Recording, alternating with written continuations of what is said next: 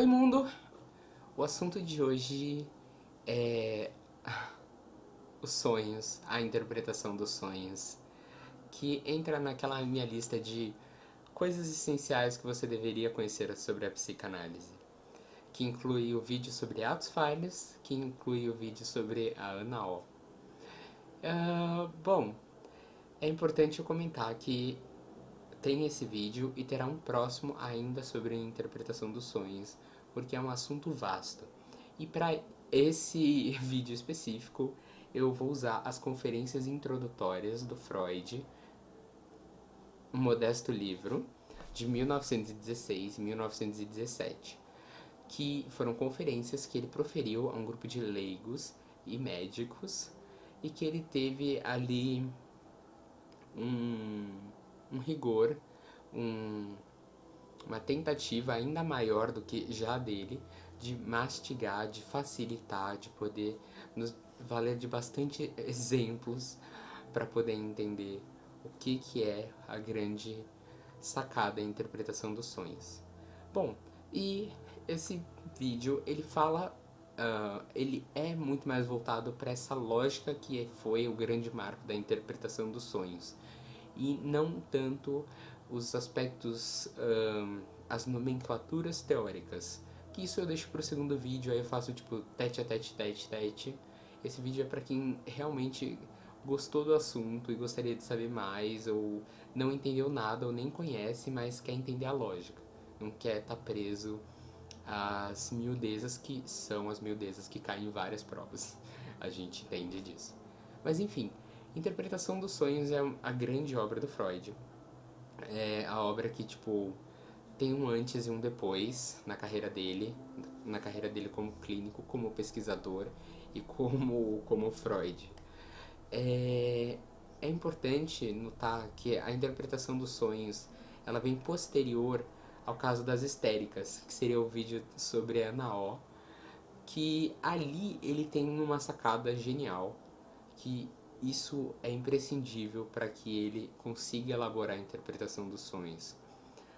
A noção de que não é a história em si, porque quando ele faz o trabalho com as histéricas, ele opera primeiro questionando a história, né? Tá, mas sobre o que é isso? Sobre o que é isso?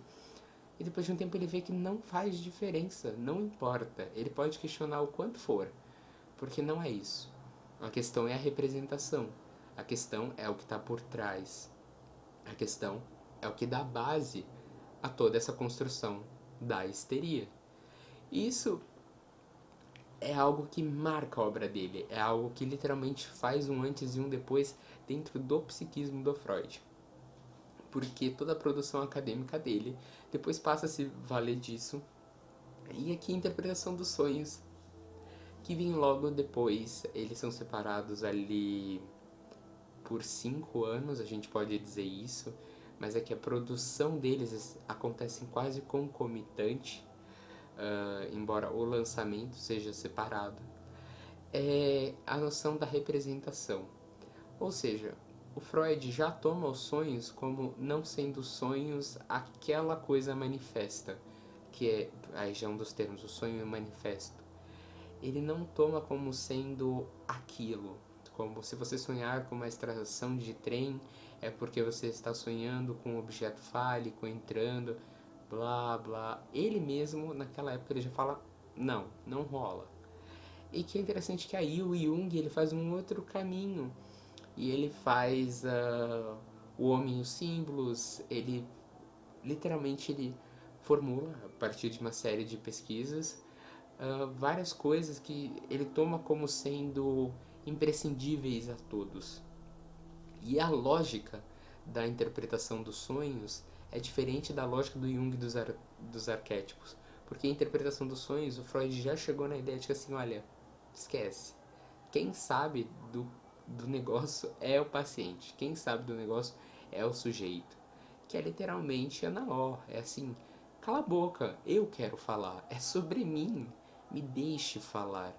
E que depois o Freud leva para a associação livre, no sentido então fale, meu bem, fale e não deixe de falar nada.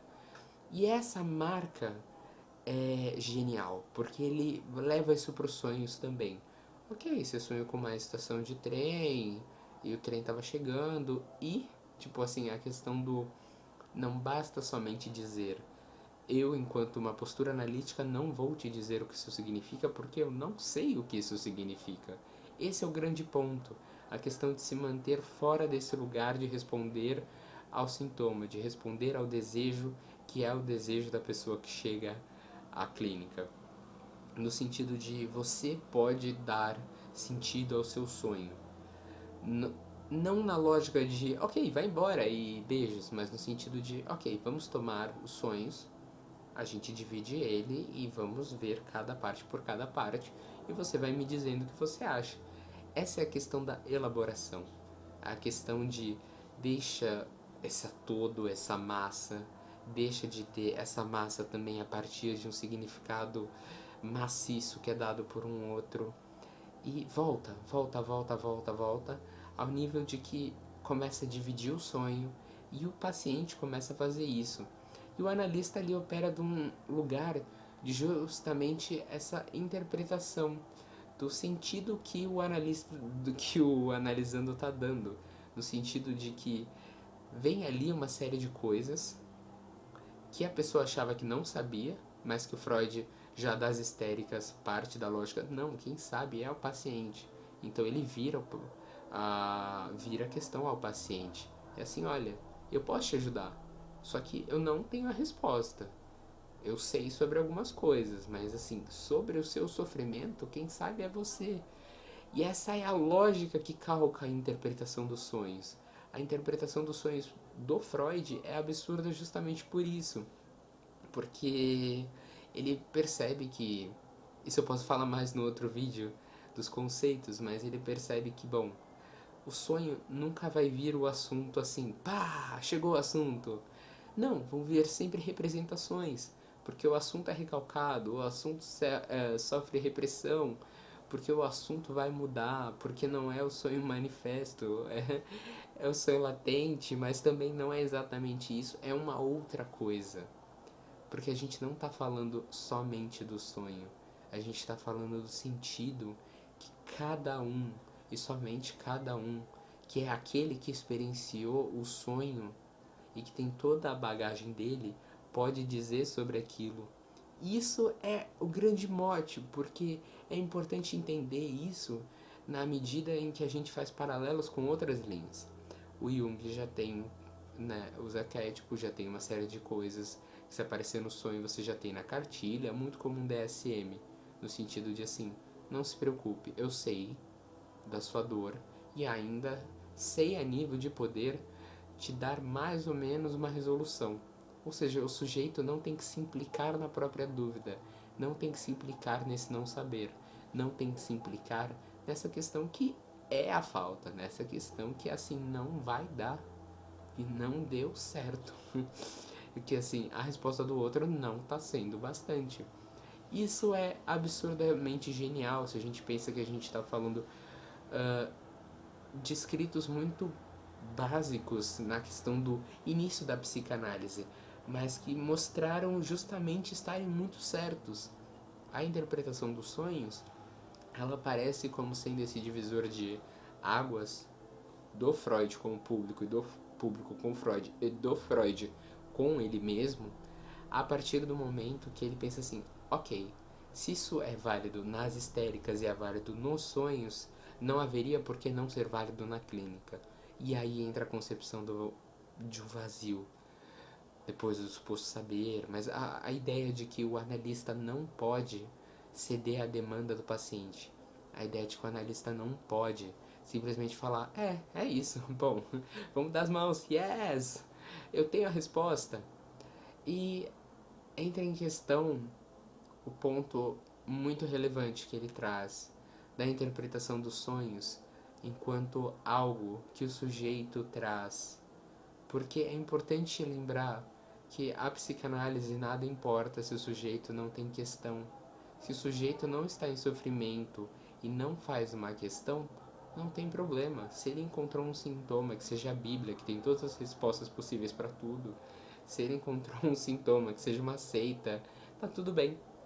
A questão é, nesse movimento onde entra a dúvida, poder sustentar a dúvida, poder fazer esse movimento de sustentação da dúvida.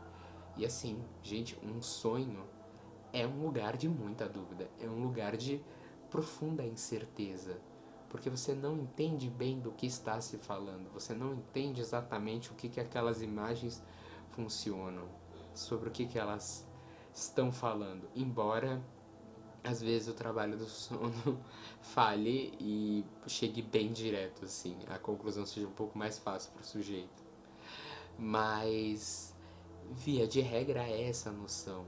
É a noção de que, para poder ouvir o sonho de alguém, o sonho que é dado como essa manifestação importante do inconsciente, você precisa estar num lugar vazio. Você precisa se abster de dar significado. E num sentido ali que a palavra não é bem essa, mas de poder provir o acolhimento, de poder provir, olha, eu sei de coisas, mas não sei sobre a sua dor. Me conta, tipo, vem aqui, podemos trabalhar nessa dor, podemos ver o que tem aí nessa dúvida, nessa questão, nesse não saber.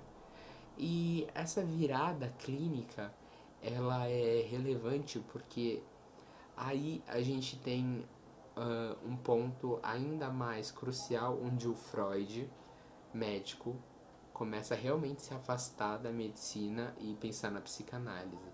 Embora o Freud sempre vai operar a partir de uma lógica médica, porque ele vem dali, porque isso é indissociável. Mas a interpretação dos sonhos marca este momento em que o ponto é a representação, o ponto não é o objeto. Não é porque você sonhou com um trem que significa isso, não é porque você sonhou com uma xícara que significa isso. Não, não, você tem que trabalhar, tem que elaborar, tem que fazer algo, no sentido de elaboração, de criar algo, de expandir, a nível de poder dar significado para aquilo que veio para você e que você nem sabia que estava ali. E esse é o grande ponto. Essa postura de vazio. E que o Freud saca já bem no início, a partir do estudo das histéricas. E durante a interpretação dos sonhos, ele faz toda uma dissecação dos processos a partir do qual o sonho não vem despsicografado, ele vem de uma maneira como uma criptografia. A questão é que o sujeito, não analista, não médico, não, ele tem a chave, embora ele muitas vezes ou quase sempre ache que não tem a chave, já que ele vem a você procurando respostas, ele tem a chave para descriptografar esse sonho e poder entender sobre o que aquele sonho estava de fato falando e sobre o que isso que o sonho estava falando tem a ver com ele. Então, em suma, a importância da interpretação dos sonhos é a constatação e a prova de que o que ele tinha descoberto nas histéricas é posto em prova na interpretação dos sonhos e que ainda leva à questão de que se tornou um princípio psicanalítico essa noção de estar out, né? Não provir o significado, não provir essa resposta, não provir possibilidades, deixar que o sujeito se avenha com o que ele tem, com o que ele pode psiquicamente produzir, porque às vezes não está na hora, não está na hora de produzir. E esse sujeito pode se questionar sobre essa não produção, ir para a análise e falar, olha, não estou conseguindo produzir disso, e o analista vai falar, bom, então fale sobre isso, sobre por que não está produzindo. Ou ele pode também ir, espanar, ir embora, e talvez ele volte em outro horário e fale, olha, agora dá para falar sobre aquilo. E é sobre esse processo, é sobre a noção de que o sonho também, ele sofre essa mudança porque ele é, em última instância, uma proteção, porque ele é algo que protege o sujeito, ele é algo que estabelece esse sujeito. Bom, esse foi o vídeo explicando mais a lógica da interpretação dos sonhos, a importância dela e a importância dela na cronologia da psicanálise. E isso é importante, porque se você toma a obra como sendo algo separado, como sendo algo que não teve nenhuma conexão com as obras que virão e com as obras que vieram, você não pode entender como chegamos a essas conclusões e por que elas são relevantes e por que elas foram provadas e justamente porque acarretaram numa série de outros problemas lá na frente, como o fato da psicanálise sempre ser criticada enquanto ciência. Eu pretendo gravar mais um vídeo que eu considero assim um pouco mais, que é a questão dos escritos técnicos, na questão protocolar, de como funciona essa noção do recalque, de como funciona essa questão de que não pode ser lembrado, de como funciona toda essa lógica de aqui não podemos falar sobre isso, que é uma coisa que ele se ocupa muito, né, de assim, bom, se eu sei que não é historinha, eu também preciso entender o porquê a pessoa não pode só me falar a verdade, ela não pode ir só direto ao ponto, e não, ela tem que dar uma volta. Então, esse é o vídeo de hoje. Muito obrigado para quem assistiu até aqui.